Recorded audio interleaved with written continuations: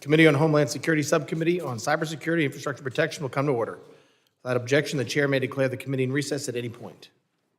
The purpose of this hearing is to examine the nexus between artificial intelligence, or AI, and cybersecurity. We'll examine how AI systems can be secured, the risk to our cybersecurity posed by adversaries who use AI tools, and the promise AI holds for our cyber defense. I now recognize myself for an opening statement. In late 2022, generative artificial intelligence entered the public sphere and became a viral sensation. Today, generative AI has evolved into a useful tool for cyber criminals, nation-state cyber actors, and cyber defense teams across the globe. In just a few short years, AI has evolved so quickly that we are now discussing a new type of AI, agentic AI. The use of agents raises important questions about how much decision-making control AI should have and how these tools can be secured. Innovative American cybersecurity companies have developed cutting-edge tools to integrate AI into cyber defense across the public and private sectors. AI is upscaling cybersecurity teams' abilities to manage vulnerabilities, detect and analyze threats, track regulatory compliance, and automate responses to security incidents. These new capabilities can help reduce cybersecurity teams' workload and produce better cybersecurity outcomes. This is especially crucial considering our nation's significant shortage of skilled cybersecurity professionals. However, we must be clear-eyed. While AI bolsters our productivity and security, our adversaries also hope to use technology for their own gain.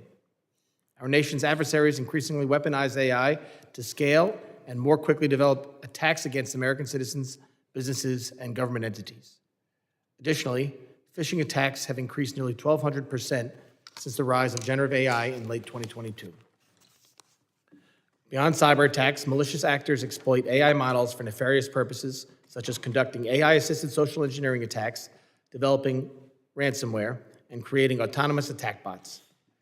The adversarial use of AI is most evident in deepfakes, where attackers can impersonate a trusted individual with AI-generated audio and video, seeking financial gain or access to secure networks. Threat actors also directly target the integrity of AI models, underscoring why security is an imperative. Through manipulation, attackers attempt to destabilize AI models, deteriorating their accuracy and performance by targeting training data, input data, and other structural components. As our enemies continue their endeavors to compromise and weaponize AI systems, we must ensure that security remains at the forefront of innovation in artificial intelligence. Emerging AI technology must be constructed with the appropriate security measures to be resilient against malicious actors.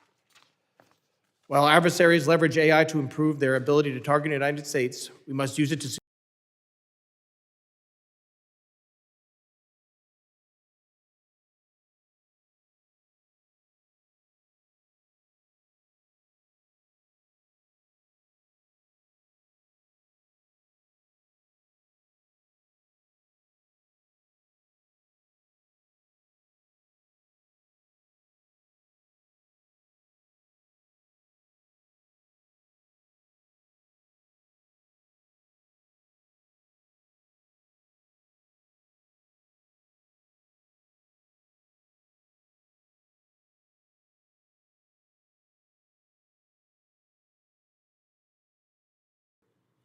Also, before I close, I have heard recently in the last couple months of some of our best cybersecurity experts being directly approached by foreign leaders and being offered visas and funding for their research.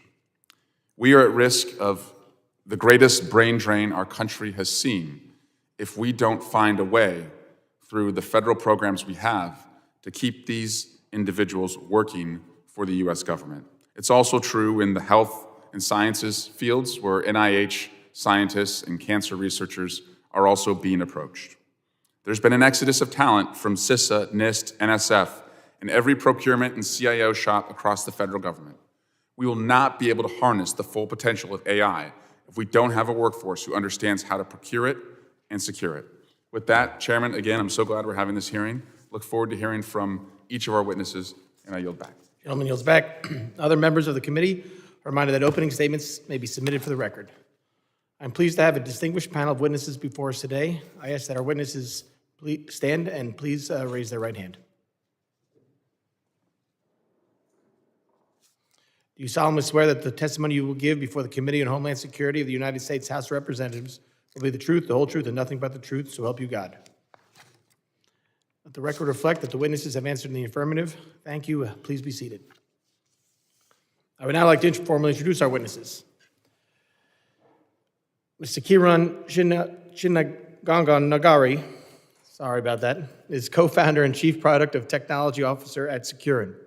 He oversees the development of software as a service-based cybersecurity product to leverage AI and machine learning to increase vulnerable intelligence, attack surface management, and threat prioritization. He previously served as chief technology officer and assistant director for the state of Arizona. Steve Fail serves as the U.S. government leader for Microsoft, where he is responsible for driving cybersecurity collaboration with federal government agencies to accelerate security modernization and increase national resilience. He has over 20 years of cybersecurity experience and roles across the public sector. So Gareth McLaughlin is the Chief Product Officer for Trellix, where he is responsible for product development, innovation, and intelligence. Prior to his role at Trellix, he was responsible for product management and go-to-market for Mandiant Management Defense, Consulting, and Threat Intelligence. Mr. Jonathan Dambrot is the Chief Executive Officer of Cranium AI, where he leads the company's work to provide AI governance software that enables drive security, compliance, and trust across AI and generative AI systems. Prior to Cranium AI, he served as a partner at KPMG, leading third-party security globally. I thank the witnesses for being here today, and I now recognize Mr. Chinnagangan Nagari for 5 minutes to summarize his opening statement. Chairman Garbarino and distinguished members of the subcommittee, thank you for the opportunity to testify on this very important topic today. My name is Kiran, representing Securin, a CISA JCDC member with deep roots in collaboration with DARPA, Department of Defense, Arizona State University, New Mexico, and Mississippi State Universities. Securin is not just any other cybersecurity startup. We have taken research from the lab to the marketplace, building patented technology that uses AI for early warning and predictive defense, empowering organizations to stay ahead of attackers. One of our notable projects is Cactus. It stands for Computational Analysis of Cyberterrorism Against the United States. I have the privilege of serving in various government roles, and my perspective today is shaped particularly by my 7-year tenure as the CTO for the state of Arizona. The experience has provided me with a profound understanding of the technological challenges faced at both the state and federal levels. Let me start and end with one core message. Securing AI models is not just about protecting algorithms. It's foundational to the United States national and economic security, with national resilience against adversaries ranging from threat actors, nation states, to individual detractors. Recent APT campaigns, such as those attributed to Volt Typhoon, have exploited toxic combinations of vulnerabilities, chaining together weaknesses and vulnerabilities in both legacy and AI-powered systems to achieve persistent and stealthy access. Our research also reveals that as AI models become more capable, their attack surface grows. Models with high reasoning capability are paradoxically more exploitable, making robust model security and adverse testing is essential as we advance these AI capabilities. As AI becomes the backbone of our economy, healthcare, and critical infrastructure, its vulnerabilities become the vulnerabilities of our entire society. Why does this matter? One, for offensive AI. Both attackers and defenders are leveraging AI to simulate sophisticated cyber attacks, from nation-state to ransomware schemes, exposing vulnerabilities in real time. This offensive strategy is not just valuable, it's indispensable for organizations using AI in cybersecurity to outpace adversaries. Number two, weaponization is happening at speed. Attackers are already using AI to automate phishing attacks, generate deepfakes, discover vulnerabilities, and create polymorphic malware that evades traditional defenses. Three, global competition. We see a stark contrast between Chinese and Western AI models. Chinese models often outperform in raw speed and scale, whereas Western models tend to prioritize security and transparency. This trade-off is critical consideration for US policy and competitiveness. We do have an urgency for legislation and AI guardrails. The threat landscape is evolving rapidly. Nation states and ransomware groups are not waiting for legislation. They're exploiting every gap and inconsistency. AI-powered attacks are already undermining authentication, public trust, and critical infrastructure. This rapid proliferation of AI has not only magnified old vulnerabilities, but also introduced new ones, from supply chain risk to adversarial manipulation of models. What is the path forward? A federal baseline with state partnership. A one-size-fits-all federal law could overlook local needs, but leaving it to states alone would risk fragmentation and weak spots. What's needed is a federal baseline, much similar or much like PCI or HIPAA, developed in partnership with states, setting minimum standards by allowing for regional adaptation. Our assessment shows that no state excels in every area, so combining best practices is essential. Let me close where I began. Securing AI is not just about algorithms, it's about protecting the United States' future. It's foundational to national security. Offensive security, anticipating how AI can be weaponized, must guide both technology and policy. Enforceable guardrails are needed now, and it's urgent. Attackers are moving faster than regulators, so we must act swiftly and precisely. And lastly, a coordinated federal and statewide approach that is informed by real-world offensive security insights and clear frameworks is the only way to move forward. Thank you for the opportunity to testify here. Please feel free to call me as Casey instead of my full last name. I look forward to your questions and working together on this critical mission. Thank you again. Thank you, Casey. That's what you said, Casey? All right, I appreciate that. I now recognize Mr. Fail for 5 minutes to summarize his opening statement. Chairman Garbarino, Ranking Member Swalwell, and members of the committee, thank you for the opportunity to testify before you today. I'm Steve Fail, Microsoft's U.S. government security leader.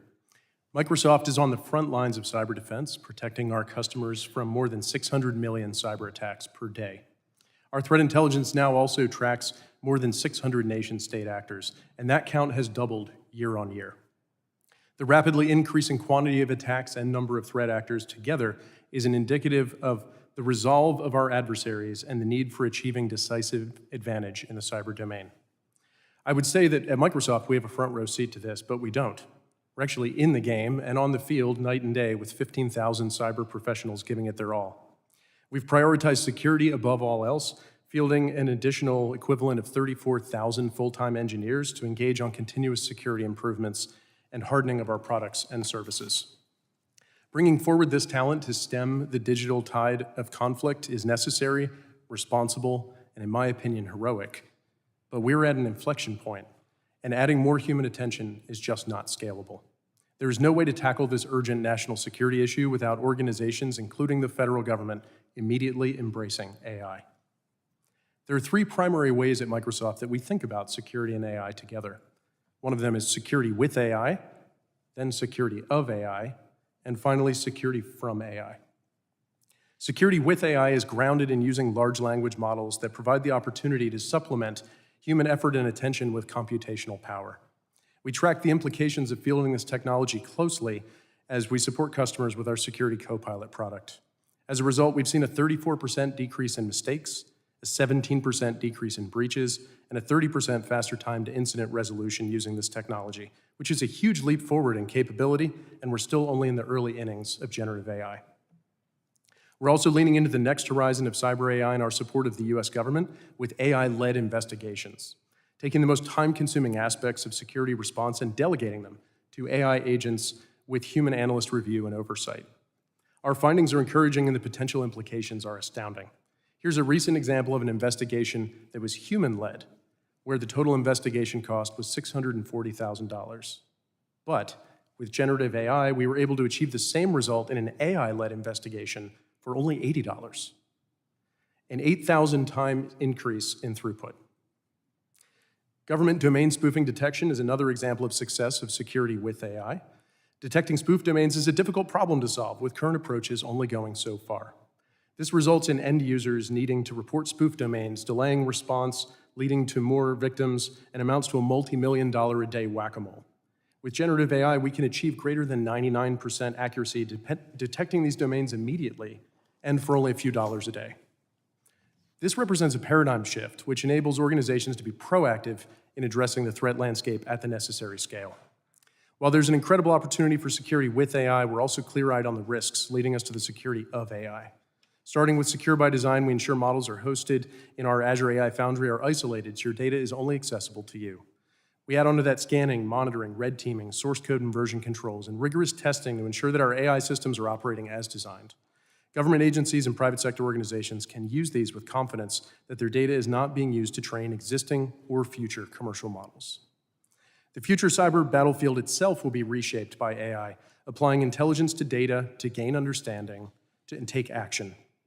However, few agencies are capturing the necessary data due to limited adoption of OMB M2131, which is currently unfunded. Most agencies are also hesitant about the use of AI, while our adversaries appear to feel no such compunction, which brings us to security from AI. So far, we've not seen threat actors' use of AI to create novel threats at scale. They're leveraging AI to increase productivity, automating the creation of phishing emails, generating deepfake content, and conducting large-scale social engineering campaigns. However, it's only a matter of time until this changes, and if we maintain our current course and speed, we run the risk of being vulnerable and ill-equipped on the cyber battlefield. Some of the tactical norms of strategic cyber defense will also evolve in the age of AI. The value of data itself has actually increased due to AI being applied at scale. Protecting email data may now be as important as protecting a weapons system. And shame on us if an adversary understands our data better than we do. As I referenced in my written testimony, Congress should consider policy recommendations such as facilitating workforce readiness, developing cyber deterrence strategies, and reforming traditional IT acquisition models to meet this AI moment. In conclusion, cybersecurity stands as one of the most impactful and lowest risk applications of artificial intelligence. In the face of increasingly sophisticated and large-scale threats, the only certainty is that inaction will lead to failure. Thank you, and I look forward to your questions. Thank you, Mr. Fail. I now recognize Mr. McLaughlin for 5 minutes to summarize his opening statement. Chairman Garbarino, ranking member Swalwell, distinguished members, thank you for the invitation to testify. To put my testimony in my comments into context, TREDX is one of the largest cybersecurity providers globally, supporting over 50,000 organizations. More than half of our revenue comes from working with governments, critical infrastructure providers, and regulated industries. And TREDX has been using generative AI for more than 2 years, machine learning for more than 10, but we do not build our own models. We use commercial models, and we've built our own frameworks to make sure we use those securely and safely. There are really 3 points that I want to emphasize from my written testimony this morning. Firstly is the use of generative AI by the dark side, by attackers. It is true that they are experimenting at the moment. We're not yet seeing these being used in production at scale. But at the heart of it, Gen AI is really just driving a change in economics in any business, and criminal proceedings, nation-state attacks are a business. Things that we thought to be true, the scarcity of resources, number of people, the skills that are needed, the experience to go run attacks, have changed.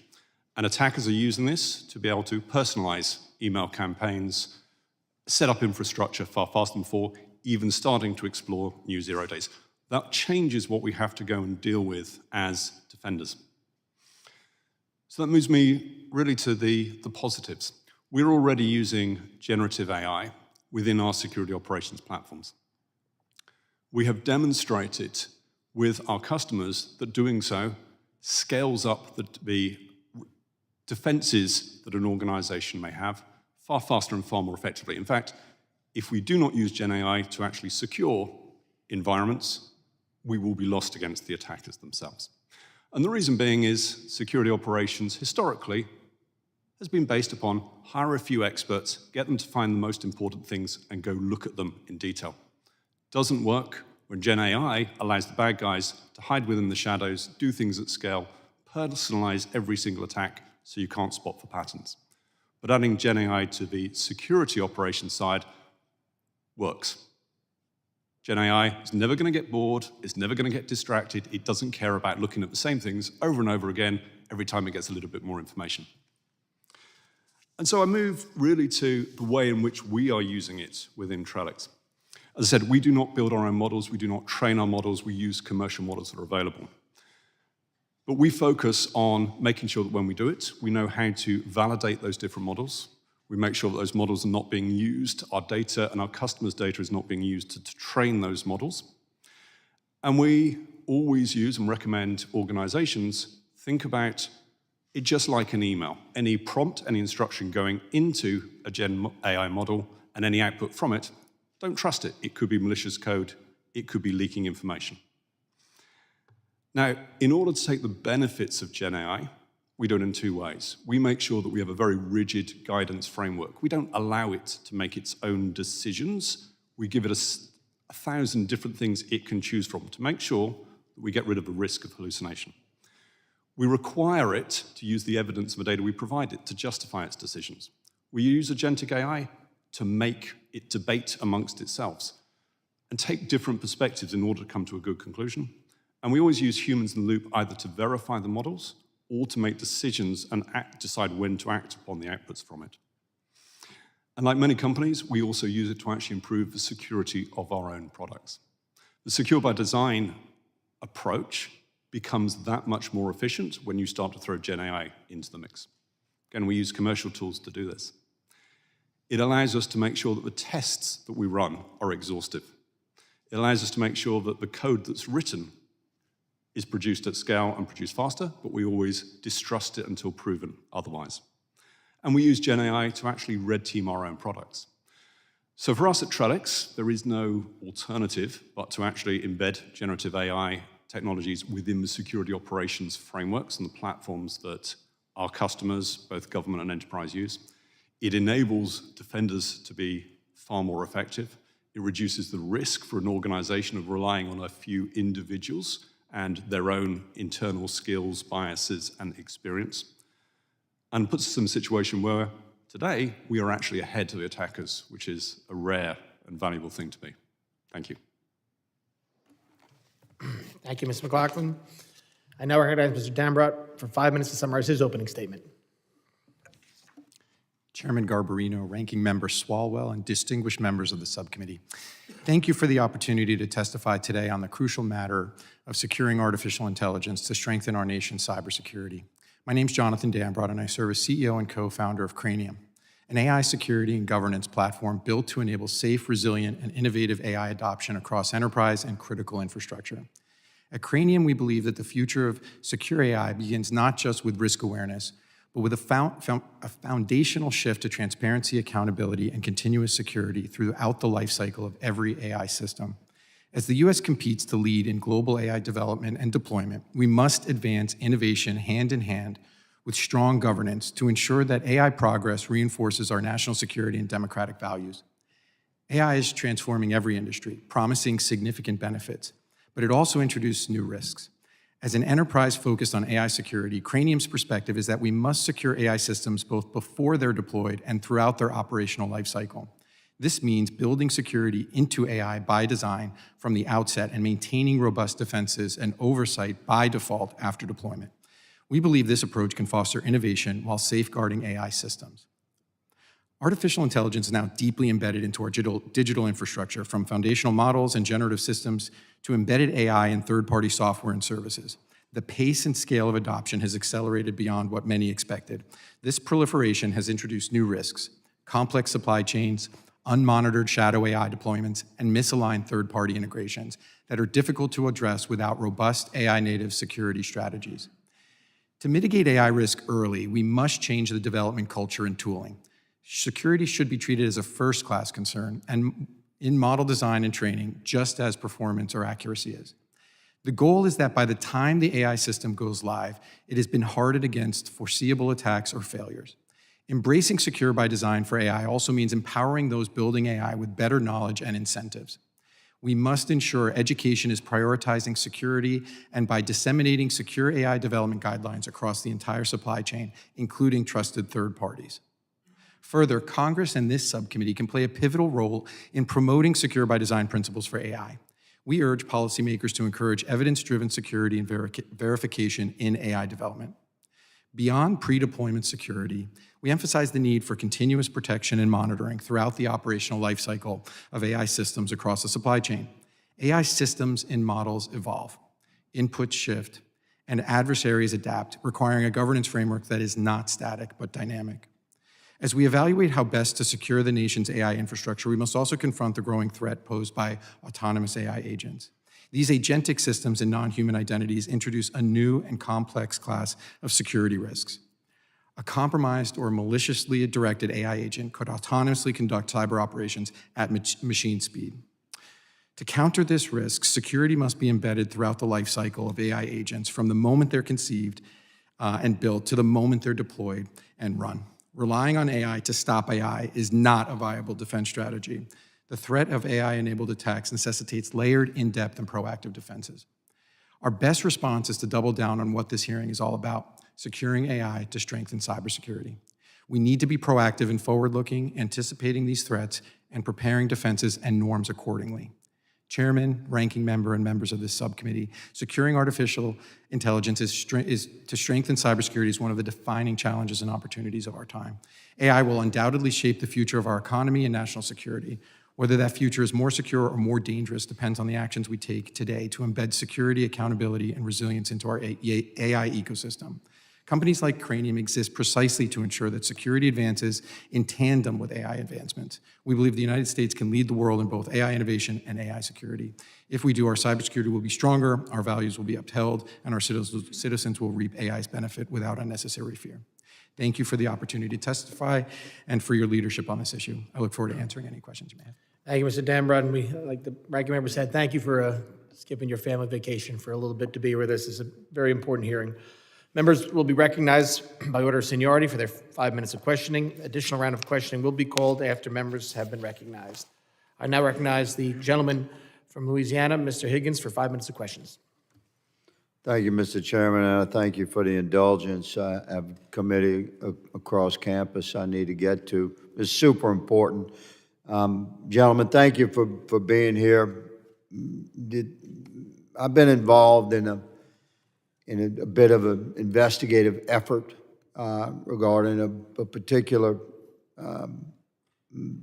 phenomena that's happening across the country that I'd like Mr. Fail and Mr. Chinanagang to address, please. The purchase of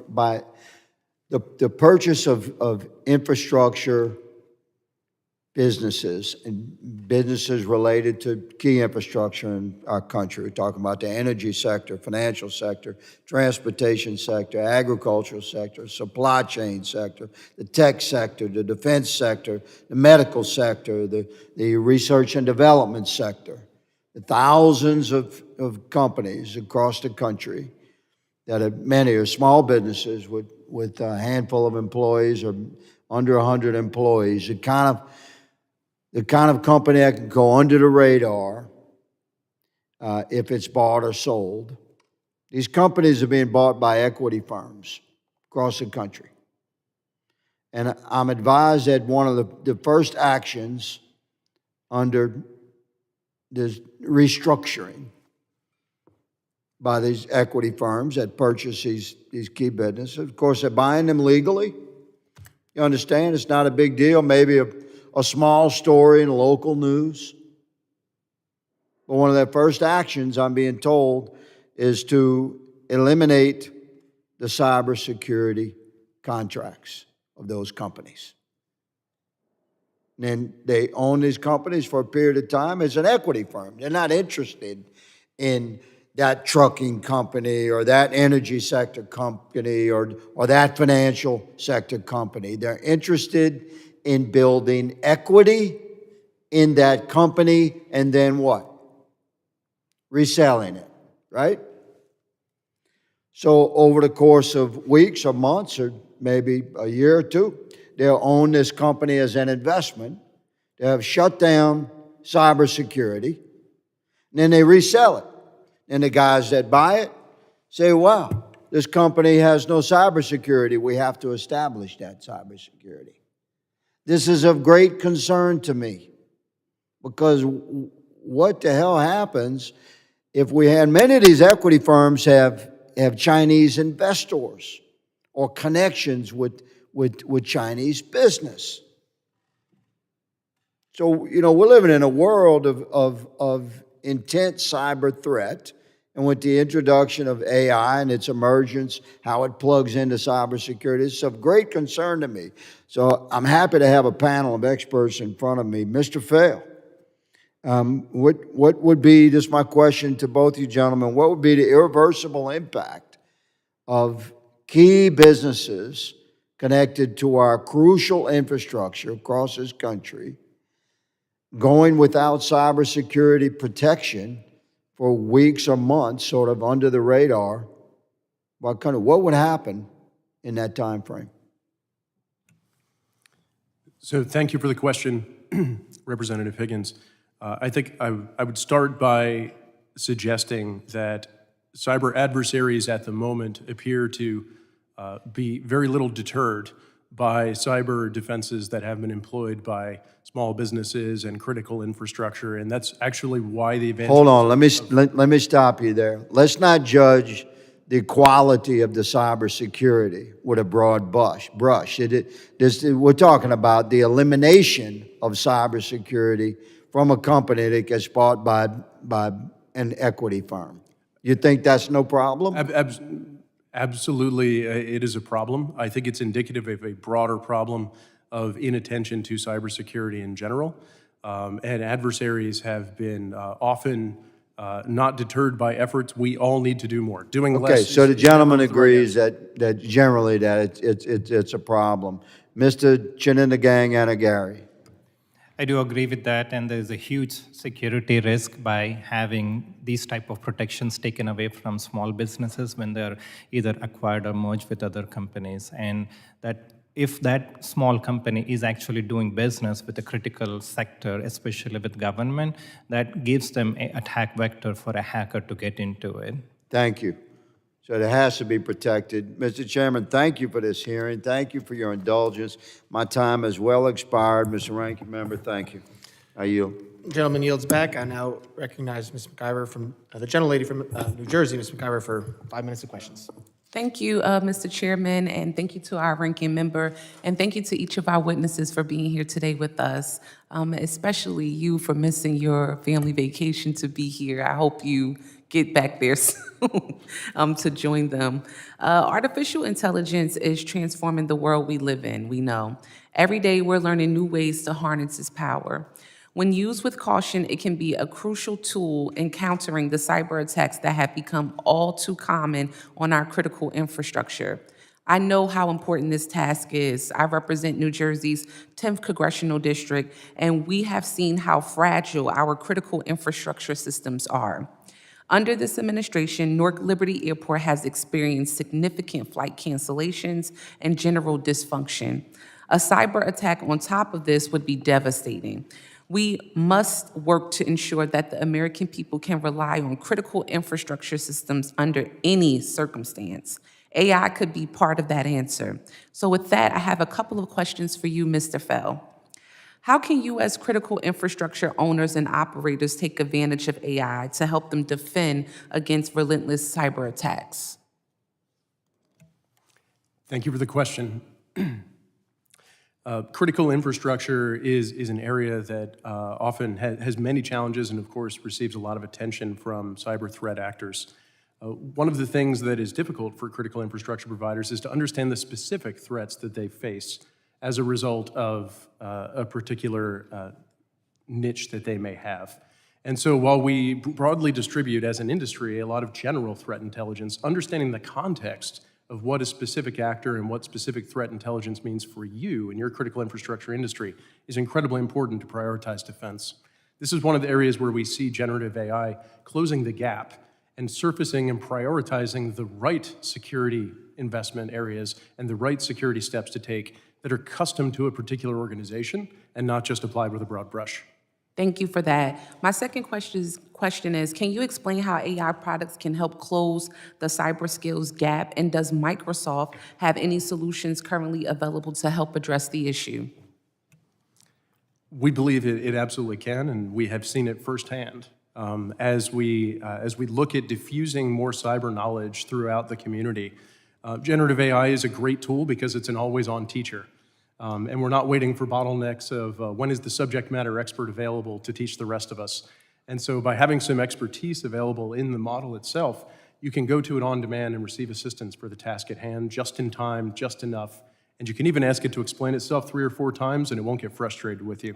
So we find it's a great tool for learning. My kids use it for learning about cyber education all the time. Our employees use it. I assigned a task to an architect not too long ago. She came back to me a couple of days later and said, you know, I couldn't complete the task because I didn't have the requisite skills. I didn't know how to do X, Y, Z. I can't write code. And I said, well, we'll find someone to coach you on that. She said, no, I finished the project. Not a problem. I just used AI to assist. So we are seeing this firsthand, bolstering our own cybersecurity education and workforce development. We see this with our customers. And with Security Copilot, we've fielded a capability that anyone can tap into for that technical expertise at a moment's notice. Thank you for that. And you talked a little bit about this in the next question I'm going to ask, but if you can, explore a little bit more with it, what testing goes into your AI tools to ensure that they are secure and do not introduce more vulnerabilities into the ecosystem that, can be exploited? Thank you for the question. We test at many different layers and using many different methods. So there is the focus on the model itself.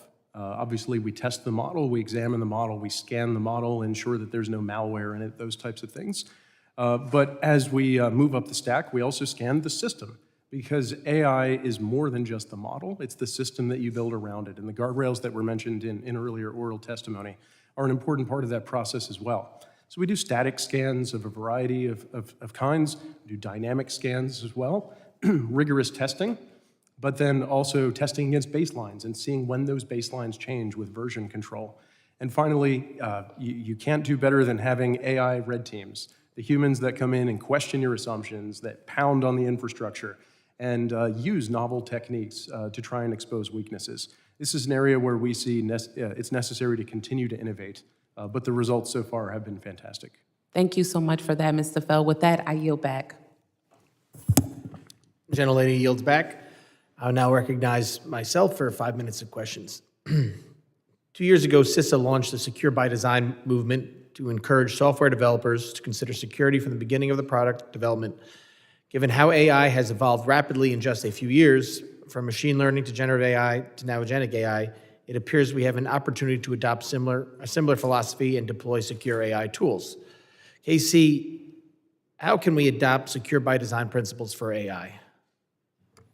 Thank you for the question, Chairman. I would say that software secure by design policies or framework is not new. It was introduced back in 2005 by NIST, and unfortunately, those secure by design standards have not been adopted or not been practiced. And with AI, it's actually exacerbating that problem that we are seeing. With vibe coding, a lot of students, a lot of kids, a lot of folks that do not have any software experience are writing code, and it's introducing more and more software vulnerabilities and weaknesses. We actually did a research analysis, and we saw most of the models that are out there can be jailbroken if you have the patience and will to get to it. And we also have analyzed about 15,000 MCP servers that are out there. One of the things that we noticed is that CWE20, which is input validation, which is very old vulnerability and weakness, it's been exploited even today. Any AI model or MCP server that you see, we're seeing that as a big issue. So there needs to be a big push from the Congress and legislation to mandate secure by design in the products and offerings that these vendors are providing out there. And I saw the EO on Friday that actually pushes that software by design policies forward. Do we need different principles depending on the type of AI, secure design principles? I would say that the AI vulnerabilities are slightly different, but the traditional software vulnerabilities still apply. Where AI would differ is things like data, where you're thinking about, how do you attack, the model to give you nefarious answers. Those are the things that I think AI is slightly different. But if you go back to it, the same issues happen, the data and the analysis and security. So I don't think we need a new framework or anything. You just need to make sure that existing ones are used effectively. And that goes from even that includes on agentic AI, the newest frontier? I would agree to that. Okay. 100%. Mr. Dambrod, your company focuses on securing AI However, many startups have scarce resources, meaning they may not prioritize investing their money in security. How can we ensure startups think about AI security as a worthwhile return on investment from their organization and for the broader AI ecosystem? Thank you for that question. I think when we look at small businesses, I think AI becomes a great equalizer in many ways, right? It offers a power that many of them have never had at their fingertips to introduce into their products and services and really fundamentally change the way that they can compete in the market. But I think you're right. We definitely see organizations that don't necessarily focus on security by design and AI security by design. The integration strategies that my colleagues here talk about, we see technologies that surround these models that may also introduce vulnerabilities. So we really need to look at the entirety of the AI system. Small businesses have an obligation, I think. They need to be educated on those risks. Oftentimes, these are not well understood. I think we have to focus on education. I think we need to make sure that the tooling that's available to small businesses as they're starting to integrate and develop these technologies into their products is more easily accessible, easily understood. And the foundational model providers have an obligation to continue their hard work to make sure that they're using the most secure models in the process of that integration. So I think there are opportunities here to improve. When we look at the small businesses that we actually identify through our customers and that are third parties introducing AI services, many of them have never done any AI red teaming. They haven't gone through that process. In fact, I think when we look at our vendors, about 95% of them haven't done that, some of which are small business. So we really have to focus on that, make sure that they can. Is there a role for the U.S. government to support here, or not? Or are you just, no, not really? What do you think? Absolutely, yeah. I think that there's an opportunity by basically putting better guidelines in place to make sure that as people are playing with agentic systems, that we understand that there are things that have to be done in order to put those into production, and that monitoring and making sure that that is not just a manual process and raising your hand, that's not a checklist process, but a technical process is one of the things that we need to start to push on. Great, wonderful. My time is now up, but we're coming back for a second round of questions. So I'm going to yield, and I recognize the gentleman from California, the ranking member, Mr. Swalwell, for 5 minutes. Thank you. Mr. Dambrot, can you elaborate on how AI red teaming improves AI security? I think you have a platform. Is it Arena? Is that the red teaming platform? How can the federal government better support AI red teaming, ensure it is used to test AI on federal networks? And what are legal protections that are necessary to make sure researchers can engage in red teaming without fear of legal repercussions? Thank you for that question. Yeah, so, when we think about red teaming generally, we want to make sure that we understand how that system is being used from its outset. We want to understand the intended purpose of that. We want to understand how the technologies are being introduced, the models, as well as the toolkits and data sets that are being introduced as people are organizing their AI system. That red teaming process includes being able to then identify what kinds of vulnerabilities can be identified. What we've done at Cranium is we've set it up so that we can not fundamentally change the way developers work, but enable them to use the tool, we call it the Arena, to basically understand that system, pull it into a place where we can simulate that system, attack it, provide vulnerability mitigation support, and then make sure that that system, whether it's pre-production or post-production, is being monitored and that those vulnerabilities are being reduced, right? So I think that there are opportunities, again, to enable innovation at pace, at scale, without necessarily fundamentally having to overwhelm a business or a capability, so that we can make sure that people get the best products and services with fewer vulnerabilities. Great. And Mr. Fail, what are the obstacles that you see to federal deployment of AI cybersecurity services, and how do you envision CISA better incorporating AI cyber defense? And if you have time on the clock, could you also talk about quantum computing and how you all are approaching quantum computing and the risk that that poses to decrypting any data that our adversaries may have already captured but cannot yet unlock? Absolutely. Thank you for the question, Ranking Member Swalwell. As we look at what can be done and what is standing in the way of adoption from a federal perspective, there is a workforce readiness angle of there is more education that is needed so that agencies can adopt AI, especially for security purposes, with confidence. In addition to that, looking at new IT acquisition models, perhaps that are centralized. One of the challenges with adopting cyber AI is that there are times at which you actually need to ramp up capacity in order to meet a need during a crisis. It's not an evenly used capability. There are some days, on a rainy day, you're going to use it more than on a sunny day. And so as a result, it's very difficult for agencies to budget, to understand what those requirements are. So if we look at umbrella capabilities, such as what's been created with CISA with the CDM program, to help offer buffer for agencies to where they can plan to use capability without having to have complete certainty around the cost. I think we all agree that surging to meet the need in cyber defense is worth the cost. But the question of who will pay that cost and how do we plan for it is incredibly complicated for agencies and is definitely hindering adoption. As we look at quantum specifically, Microsoft is a leader in quantum innovation as it relates to creating more scalable quantum computing. We've had some milestones and breakthroughs there. Still a long way to go in development, but the results are encouraging and I think very supportive of U.S. leadership in the field. As we look at the defensive side of that for post-quantum cryptography, you mentioned the store now, decrypt later tactics that adversaries could be using on data. That means we need to move faster as it relates to crypto agility and moving to more modern quantum-resistant methods of encryption. This is an area that Microsoft has thought about deeply, and we have researchers working on that topic. We also have already included some capabilities within the platforms that are already being used today, such as Windows. So these are areas where we are working hard. There's still a long way to go. But as we look at adoption across the entire federal ecosystem and private sector as well, I think this is an area where tech companies can lean in to do more to make less work for everyone. And so that is absolutely the approach that we're taking. Every CISO should not have to figure out how to tackle post-quantum cryptography. We need a safety net of the underlying systems that power technology and collaboration to make that transition for them wherever possible. Great. Thank you. Yield back. Gentleman yields back. We're going to start our second round of questions because some other members might come. All right.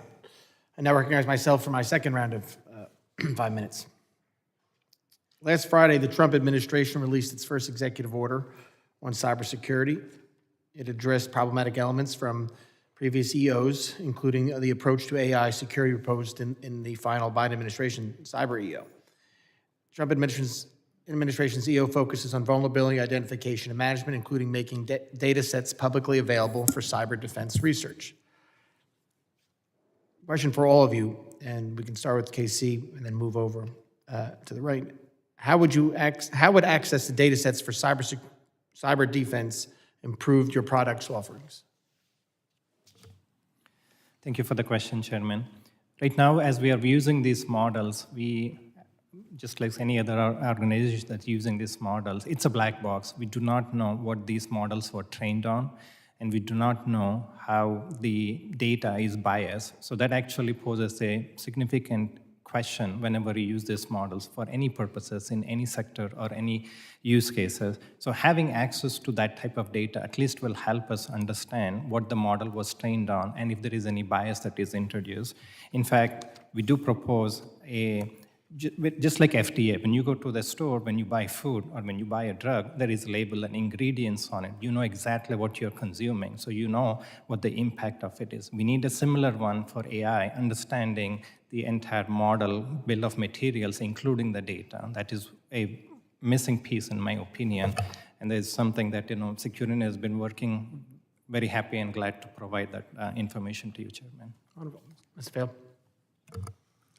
The availability of data, I think, is especially important when it comes to benchmarking and assessment. So having common data available to agencies such that they can test AI solutions on that common data set to analyze for results. Many agencies would like to do assessment of AI solutions, but are hesitant to make their own data available to do so. And so as a result, you can actually have broader testing, have A/B comparisons, benchmarks, common benchmarks. We've seen that with data that NIST has provided, where it fuels innovation because you can now start to benchmark and compare solutions. And any solution that involves AI is going to involve a lot of testing and validation.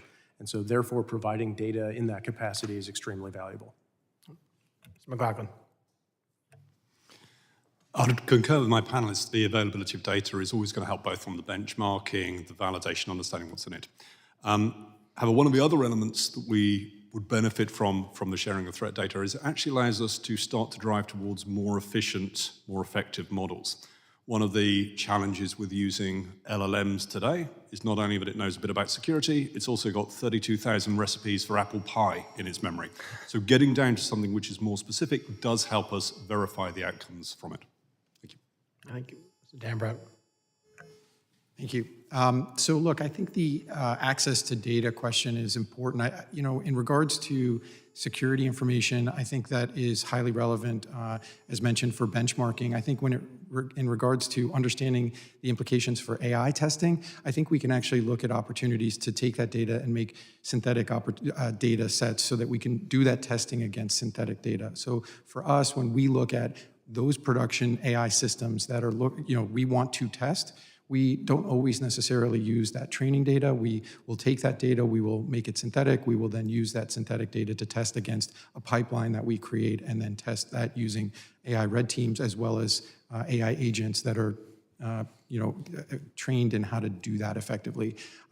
For us, we want to protect the data of our clients and agencies, and I think what we want to really come back with is how can we give a high confidence that the vulnerabilities we identify through the use of that process is going to solve the problem. So I think, yes, data is extraordinarily important when it comes to security. However, I think we can also use different techniques to make sure that we are not disclosing sensitive healthcare or other type of information. Mr. McLaughlin, Trellix signed CISA Secured by Design pledge, which focused on bolstering transparency and vulnerability disclosure. How should companies think about vulnerability disclosure for AI systems? Thank you for the question. So the Secure by Design process, the self-attestation was introduced by CISA, was really quite significant for our organization, for many organizations. It encouraged us to look at things in two ways.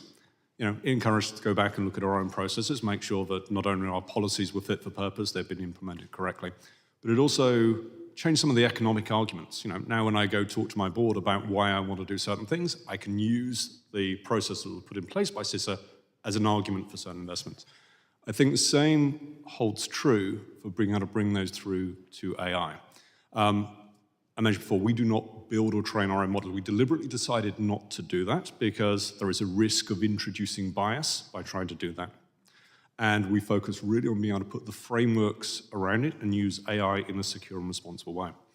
For us, knowing that not only that the AI models themselves, the developers of those, have applied Secure by Design principles, have attested to those, whether that's, even those that might be just for government use to begin with, it benefits us as a user of those, it benefits any enterprise with being able to look to those particular models. But it then also allows any organization such as Trellix who takes one of those models, includes it in their own software and products to bring to the US government, to be able to show that we've done the evaluation, the consideration of the AI that we use and the way that we're using it. Thank you very much. Mr. Fail, Microsoft's Copilot Studio enables individuals to build their own AI agents. How does Microsoft ensure agents are both secure by design, including protecting privileged access, and tailored to the needs of individual users? Thank you for the question. In the case of Copilot Studio, where individual end users are building agents, that is done within a framework and a system that builds on the Secure by Design from the ground up, from the model all the way up through the system itself for Azure AI Foundry. As we use the Copilot Studio, it actually encourages users to adopt the defaults that are the correct Secure by defaults, such as the user's authentication is used to retrieve data, as opposed to the system's authentication itself. That's the single biggest mistake that organizations make when they try to build AI systems, is they grant data access to the system instead of to the user. And that is the easiest way to unintentionally leak data. So by building these constraints so that they just work, and it's a paved path for end users to do the right thing, we believe that using tools like Copilot Studio will help create a more secure by design output, as there will be an explosion of software utilizing AI. It's important that that is done the right way, Having the guardrails there in place for them in a tool is one way to enforce that. Thank you. Mr. McLaughlin, what are the most promising use cases for agentic AI that you've seen? So for us, there are really two main use cases. The one is actually in security operations itself. As I mentioned before, the starting point for Gen AI was always just, it's a helper, you can ask a question, it will give you some answers. That presupposes that the analyst is an expert and knows what to ask.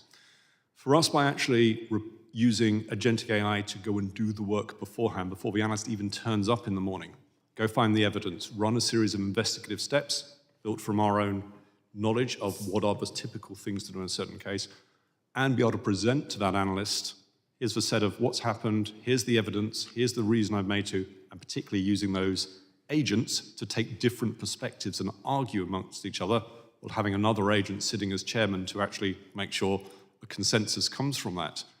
That helps move analysts forward. We've got to the stage, we see with our customers, that the application of agentic AI effectively is a tenfold increase in the security operations capability that they have. It means they don't actually have to worry about who's on shift on a Sunday night and how good that person is and whether they're paying attention.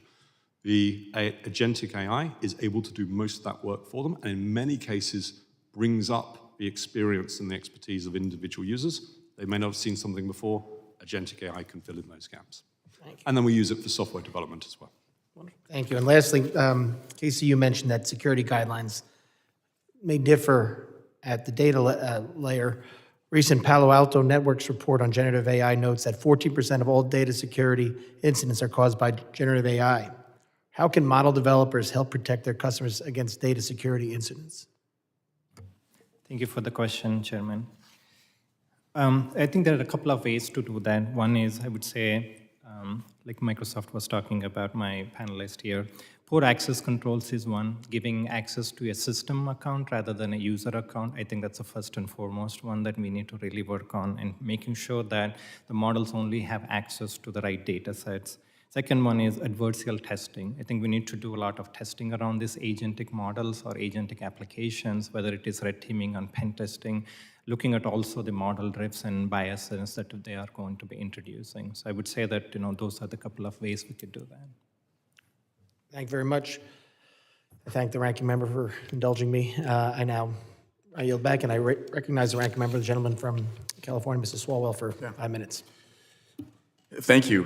Mr. Dambro, going back to the conversation about a brain drain and direct competition with China, can you speak to why it's so important that we continue to invest in research and development, and that we invest in research and development in universities, and that we keep U.S. companies competitive in AI development? And how does federal support of research and development support companies like yours? Thanks for that question. So I think it is apparent that we need the best talent in the world in order to build AI systems at scale. We need not only the brightest talent, we need people who are motivated to ensure that they are building systems that are going to solve our biggest problems. We are a leader in both of those things, in building incentives that enable people to come here and make sure that they are, we're getting the best and brightest, and our universities are the best in the world at attracting that talent.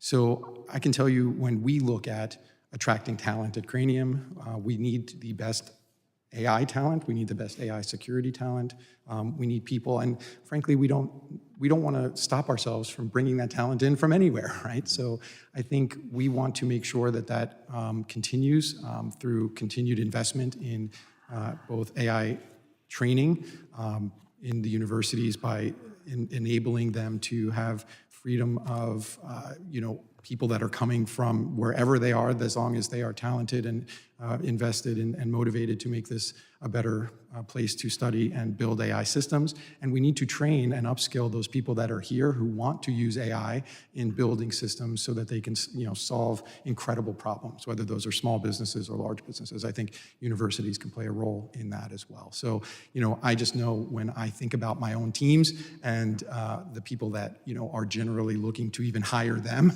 There's just a huge gap in the talent today. We don't have enough AI engineers or AI security professionals to even go after the challenges that we see today. So we need to continue to make that investment. Mr. McLaughlin, do you agree with that answer, or anything you wanted to add? I think as a global company, we're always looking and building talent wherever we can. We have operations across the globe. From my mind, the AI industry is very much like the cybersecurity industry. There's just not enough people with the knowledge and skills and expertise yet. And so wherever we can find them, wherever we can bring them is important to us. And Mr. Casey, what do you think? I would agree to that.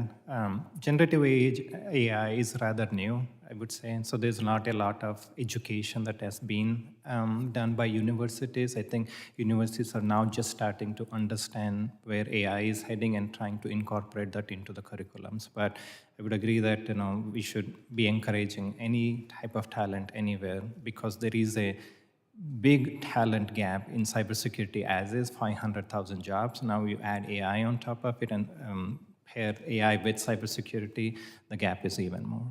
And based on each of your own training, experience, expertise, when do you believe our schools should introduce AI into the classroom? Like, at what level should a child or even a parent start to introduce a child to AI so that they're not left behind? What would you say, Casey? I think they are already using it, whether they're using Siri or Alexa or some other systems without knowing they're using AI behind the scenes. I think it's about teaching these kids, the right way of using AI. So not using it for, solving their homework problems or math problems, but being able to do a critical thinking. And that's what universities and schools have to start incorporating into the courses, classwork, and curriculum about how to leverage AI the right way and then use critical thinking and problem solving, not use it just to solve your problems at hand like your homework. Right. The input matters. Sorry? Right. The input matters. The input, absolutely. Right. Mr. Fail. I believe that the number one answer is whenever they're interested. And so I don't know that we need to push it on anyone, but there will be a time in which they are interested. And the great thing about generative AI is that it is inherently usable as a human. Based on its understanding of language, it is one of the more usable pieces of technology. So as children or children in school are learning to better communicate with humans, sometimes communicating with a generative AI system can actually help improve their human communication as well. And so it can be a great tool from that perspective. I think the important thing is how to frame it so that children understand it is a map of human knowledge. It is not your conscience.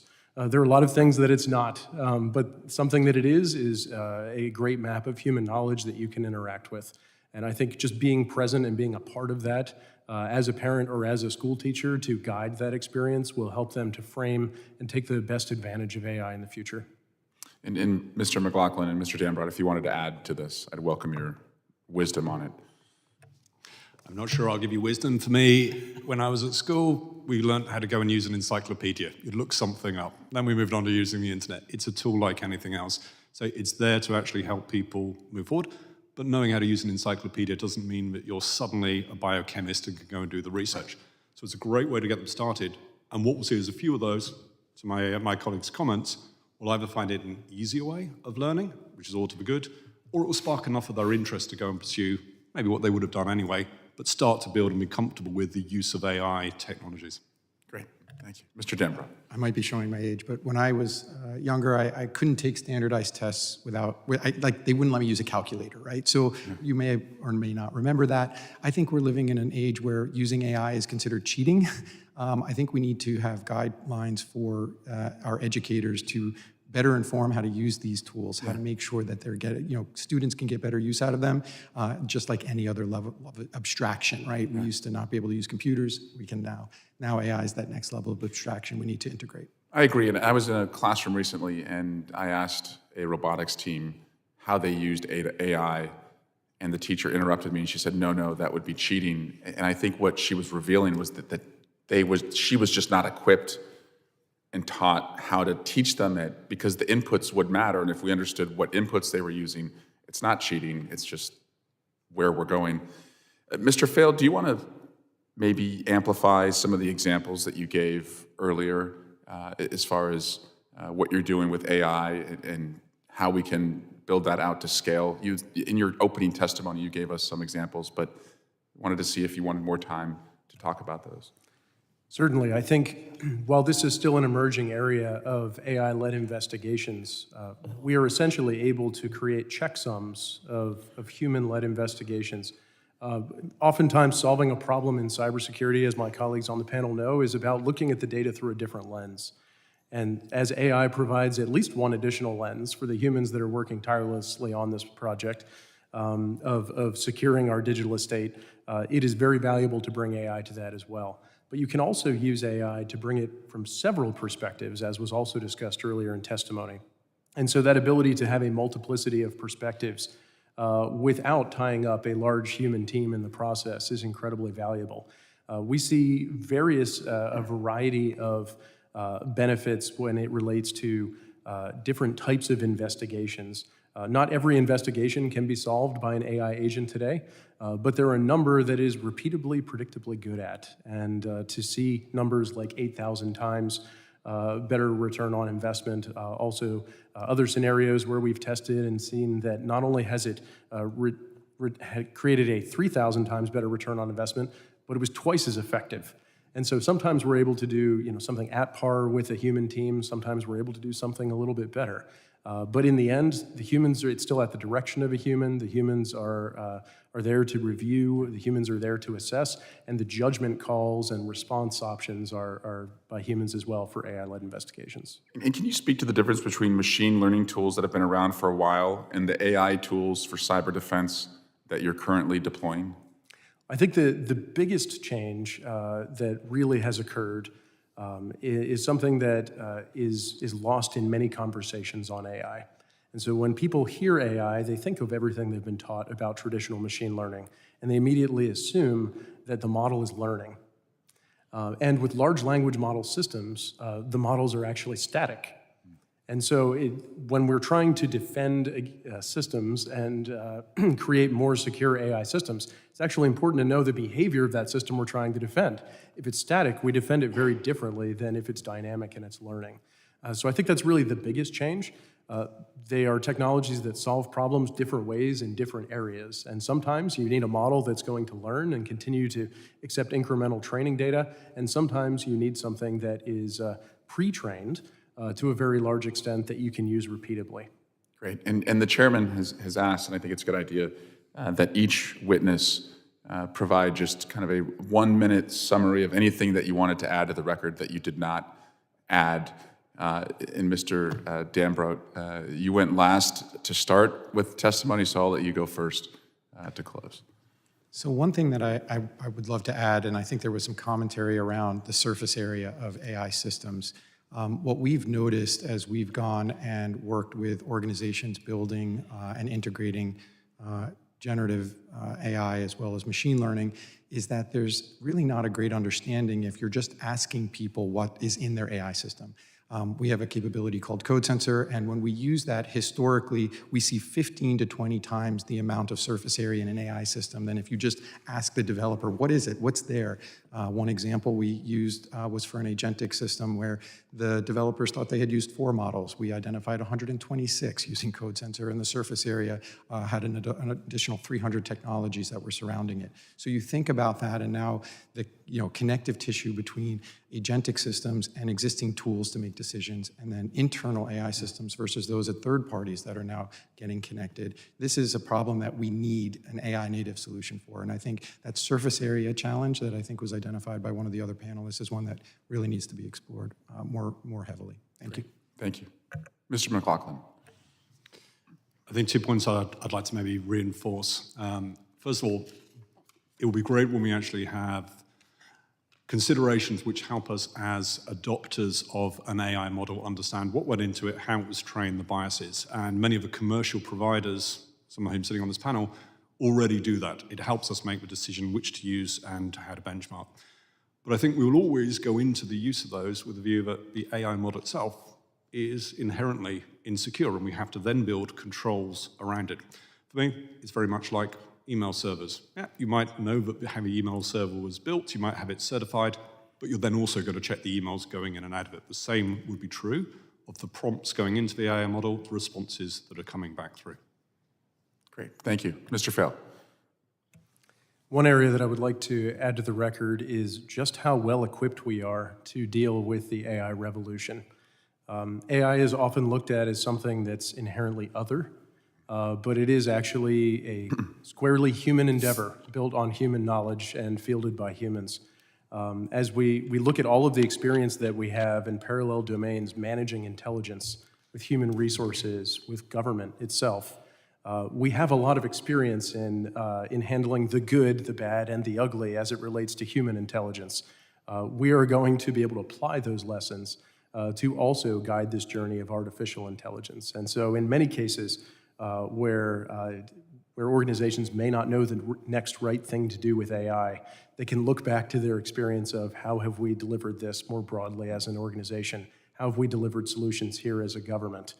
Through rigorous conversation, debate, and collaboration, we will solve these together, and we will ensure that we continue to grow U.S. leadership in AI and effectively cyber defense as well.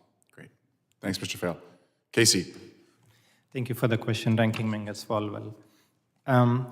What I would say is that AI models are changing so rapidly that in some way AI is not replacing humans. Maybe humans are replacing models every day. There's new models every single day, and we are changing these models. The question is, like, which model should we use? Like, how do we know this model is trustworthy? This can be explainable AI or trustworthy AI. And I would like to see on the record, if I can, a baseline of AI models, how these models have been tested, what is the bill of materials for these models, maybe not provide the secret sauce, but, have this been tested against so-and-so criteria, like, what are the red teaming exercises, what are the inputs that went into it, and how are the software by or secured by design principles applied to this model, so that a consumer of the model understand that, hey, when I use this model or compare this model versus the second model, or maybe the same model iteration or revision 1 with revision 2, I know what change went in, what are the consistencies, what are the discrepancies, what are the changes, and what are the gaps. Thank you. Great, thank you. And Chairman, before we close, I ask unanimous consent to submit into the record a report titled The AI Tech Stack, a Primer for Tech and Cyber Policy. And I yield back. Without objection, so ordered. Gentleman yields back. I thank the witnesses for their valuable testimony and the members for their questions. The members of the committee may have some additional questions for the witnesses, and we would ask that the witnesses respond to these in writing. Pursuant to the committee rule 7E, the hearing record will be held open for 10 days. Without objection, this committee stands adjourned.